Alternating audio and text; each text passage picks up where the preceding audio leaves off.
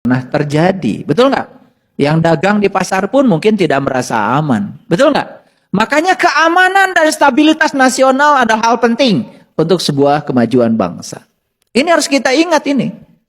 Karena terkadang, mohon maaf, kita sering ya mengorbankan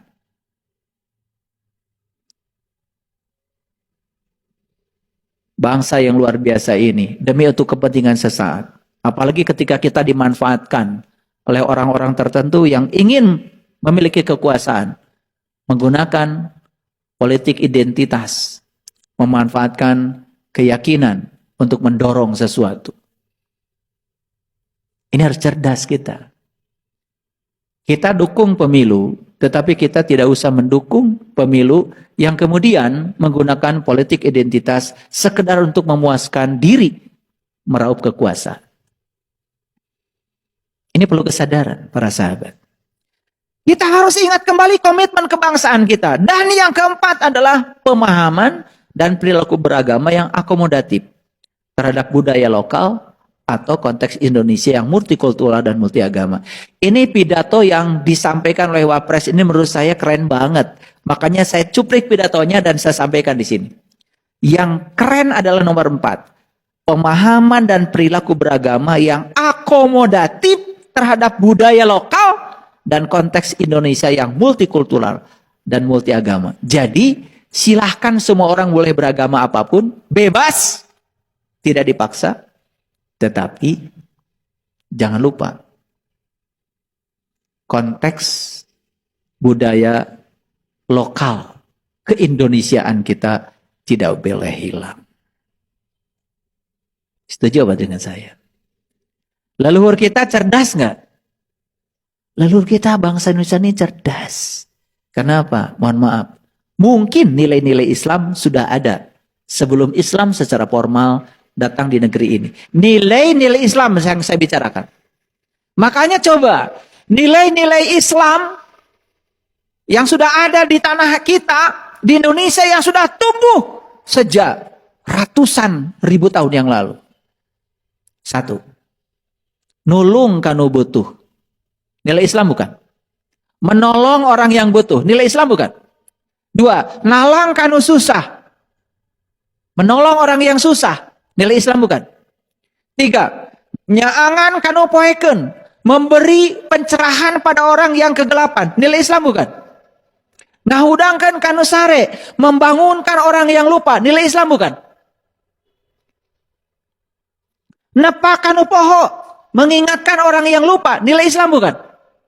Ngantar kanu keeng. Mengantarkan orang yang takut dengan kehidupan. Nilai Islam bukan? Itu sudah menjadi nilai-nilai yang luar biasa di Nusantara ini. Nulung kanu butuh, nalang kanu susah, ngahudangkeun kanu sare, nganter kanu keeng. Coba, nyaangan kanu poeken. Itu sudah menjadi nilai. Dan itu umurnya ajaran ini jauh lebih tua daripada ajaran Islam yang formal datang kemudian. Apakah ajaran Islam itu berlawanan dengan nilai-nilai leluhur yang disampaikan oleh leluhur kita? Tidak. Tidak, sekali lagi. Kalau kita tahu esensinya. Nah, menjadi berlawanan ketika tidak tahu esensinya. Oke, baik, kita lihat selanjutnya. Jadi kalau begitu, masuk pada cara sekarang.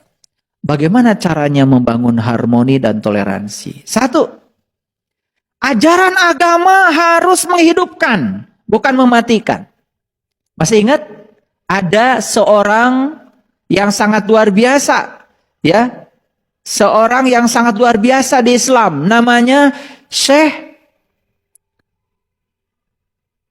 Al-Ghazali. Apa kitab yang paling hebat yang beliau tulis? Namanya Ihya Ulumuddin. Dan kenapa beliau menulis Ihya Ulumuddin? Ihya Ulumuddin artinya menghidupkan kembali ajaran agama yang sudah kaku dan mati saat itu. Jadi ajaran agama saat itu pernah kaku. Pernah mati. Bukan menghidupkan, malah mematikan. lahirlah kitab Ihya Ulumuddin. Itu kitab pertama yang saya kaji di pesantren. Dan kitab Ihya Ulumuddin yang paling akhir bicara tentang Mishkatul Anwar, relung-relung cahaya. Quran surat An-Nur ayat 35 dibahas dalam satu kitab. Itu satu ayat dibahas dalam satu kitab. Jadi itu kitab isinya 5 bab, isinya cuman cerita Quran surat An-Nur ayat 35. Bayangkan. Dan beruntung sekali kalian yang sudah mengalami An-Nur 35. Yang sudah menemukan Nur ala Nurin. Itu dibahas dalam satu kitab namanya Mishkatul Anwar. Makanya masjid ini tempat kita ngaji, saya beri nama Mishkatul Anwar. Mishkatul Anwar itu artinya adalah relung-relung cahaya. Semoga masjid ini bisa memancarkan cahaya ke semesta. Yang kedua, ajaran agama tidak boleh dogmatis, tidak boleh doktrin, melainkan mengembangkan sikap kritis, kreatif, komunikatif, kolaboratif, dan compassion. Compassion itu adalah nilai-nilai spiritual, yaitu cinta kasih. Jadi agama harus mengizinkan untuk bertanya. Maaf ya, para sahabat. Ada orang tua tempo hari datang ke rumah saya, suami istri membawa anaknya umurnya 13 tahun. Saya tanya, kenapa bapak ibu ini datang ke rumah saya? Siapa yang mau ngaji kepada saya? Bukan saya, ayah, katanya. Bukan ibunya, bukan ayahnya. Yang mau ngaji anak saya nih yang 13 tahun. Emang kenapa? Saya sudah tidak sanggup lagi melayani pertanyaan-pertanyaan kritis dari anak saya ini. Sudah kalau begitu. Mau masuk? Masuk katanya. Dampingin anaknya. Begitu sudah masuk dapat kajian dari saya sekarang. Tiga-tiganya. Itulah hidayah. Tujuan awalnya mau ngantar anak saja. Akhirnya dapat tiga-tiganya. Betul sekali. Anak ini menceritakan kepada saya. Di Jakarta banyak sekali teman-temannya. Mohon maaf. Merasa malu mengaku beragama tertentu. Merasa malu mengaku beragama tertentu. Kenapa? Akibat adanya pelecehan seksual di tempat orang belajar agama. Yang melakukan itu justru guru agama. Dan lain-lain. Dan yang paling dia soroti adalah kekerasan. Pelanggaran hak asasi manusia pada orang lain atas nama agama dan Tuhan. Itu disampaikan pada saya. Dan ternyata pertanyaannya luar biasa. Memang tidak akan bisa dijawab dengan cara biasa. Makanya orang tuanya bingung ya. Lihat anaknya secerdas itu. Dan harusnya agama itu membangun sikap kritis, kreatif, komunikatif. Termasuk juga sikap kolaboratif.